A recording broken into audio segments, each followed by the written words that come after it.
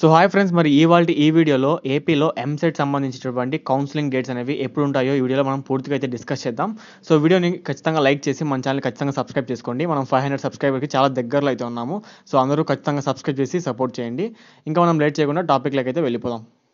So guys, present చూసుకున్నట్టయితే మనకి ఇంకా రిజల్ట్స్ అనేవి మనకు గవర్నమెంట్ అనేది రిలీజ్ చేయలేదు. సో జూన్ 14th అయితే రిజల్ట్స్ అనేది మనకు అఫీషియల్ వెబ్సైట్‌లో మనకు గవర్నమెంట్ అనేది ఏపీ ఎంసెట్ యొక్క ఎవరైతే 2025లో రాసింటారో వాళ్ళ యొక్క రిజల్ట్స్ అనేవి రిలీజ్ చేయడం జరుగుతుంది జూన్ 14థ్‌న. అండ్ ఆఫ్టర్ రిజల్ట్ తర్వాత అంటే జూన్ 14 తర్వాత మినిమమ్ ఎంత లేదన్నా ఒక 1 మంత్ అయితే టైం పడుతుంది. సో 1 మంత్ ఆర్ 25 డేస్ అలా టైం అయితే పడుతుంది మనకు కౌన్సిలింగ్ డేట్స్ అనేవి రిలీజ్ చేయడానికి.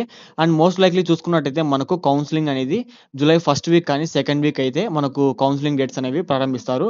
అండ్ దెన్ మనకు కాలేజ్ స్టార్టింగ్ అయితే ఉంటుంది. సో గైస్, దానికన్నా ముందు మీ దగ్గర కొన్ని డాక్యుమెంట్స్ అయితే మీ దగ్గర ఖచ్చితంగా ఉండాలన్నమాట. ప్రతి ఒక్కరి దగ్గర ఈ డాక్యుమెంట్స్ అయితే ఉండాలి. లేకపోతే మళ్ళీ కాలేజ్ జాయినింగ్ అప్పుడు చాలా ప్రాబ్లమ్ అయితే ఉంటుంది. సో మీకు అప్పుడు అడుగుతారు. సో కాబట్టి మీరు వెంటనే అవి డౌన్లోడ్ చేసుకున్నట్టయితే మీరు కొన్ని జిరాక్స్ అయితే తీసుకొని మీరు మీ యొక్క ఫైల్‌లో అయితే సేవ్ చేసుకొని పెట్టుకోండి. అండ్ జిరాక్స్ అయితే మెయిన్ ఇంపార్టెంట్ గైస్. సో ఈ డాక్యుమెంట్స్ ఎందుకు అంత ఇంపార్టెంట్ అంటే, సో వన్స్ మనకు కౌన్సిలింగ్ అయిపోయిన తర్వాత మనకు రిజల్ట్స్ వచ్చిన తర్వాత మళ్ళా మనం ఈ డాక్యుమెంట్స్ అనేవి డౌన్లోడ్ చేసుకోలేము. ఎందుకంటే సైట్ అనేది క్లోజ్ అయిపోతుంది. సో మళ్ళా తర్వాత మనము డౌన్లోడ్ చేసుకోవాలనే చేసుకోలేము. కాబట్టి మీ దగ్గర ఖచ్చితంగా డౌన్లోడ్ చేసుకొని మీ యొక్క కాపీస్ అనేవి మీరు భద్రంగా ఉంచుకోవాలి. సో అవి ఏంటో ఇప్పుడు చెప్తాను చూడండి నేను మీకు ఆ సర్టిఫికేట్స్. సో ఇక్కడ మీరు స్క్రీన్ మీద అయితే చూస్తున్నారు కదా! సో ఇక్కడ నేను మీకు యారో మార్క్‌తో చూపిస్తాను చూడండి. ఫస్ట్ వచ్చేసి ఈ 3 డాక్యుమెంట్స్ అయితే మీ దగ్గర ఖచ్చితంగా అయితే ఉండాలి. సో అదేంటంటే మీ యొక్క హాల్ టికెట్ అండ్ ఇది ఖచ్చితంగా చాలా ఇంపార్టెంట్. సో ఎందుకంటే ఇది మనకు కాలేజ్ జాయినింగ్ అప్పుడు మీ యొక్క hall ticket EAMCET hall ticket number ఖచ్చితంగా. అండ్ మీరు పేమెంట్ అయితే చేసింటారు కదా! లైక్ ఎంసెట్ యొక్క అప్లికేషన్ ఫీ. సో అది మీ యొక్క దాని యొక్క పేమెంట్ రిసిప్ట్ కూడా మీ దగ్గర అయితే ఉండాలన్నమాట. సో అది కూడా మీరు ఇప్పుడు కూడా వెంటనే మీరు వెళ్లి వెబ్‌సైట్‌లో డౌన్లోడ్ చేసుకోవచ్చు. అండ్ మీరు దాన్ని జిరాక్స్ అయితే తీసి పెట్టుకోండి.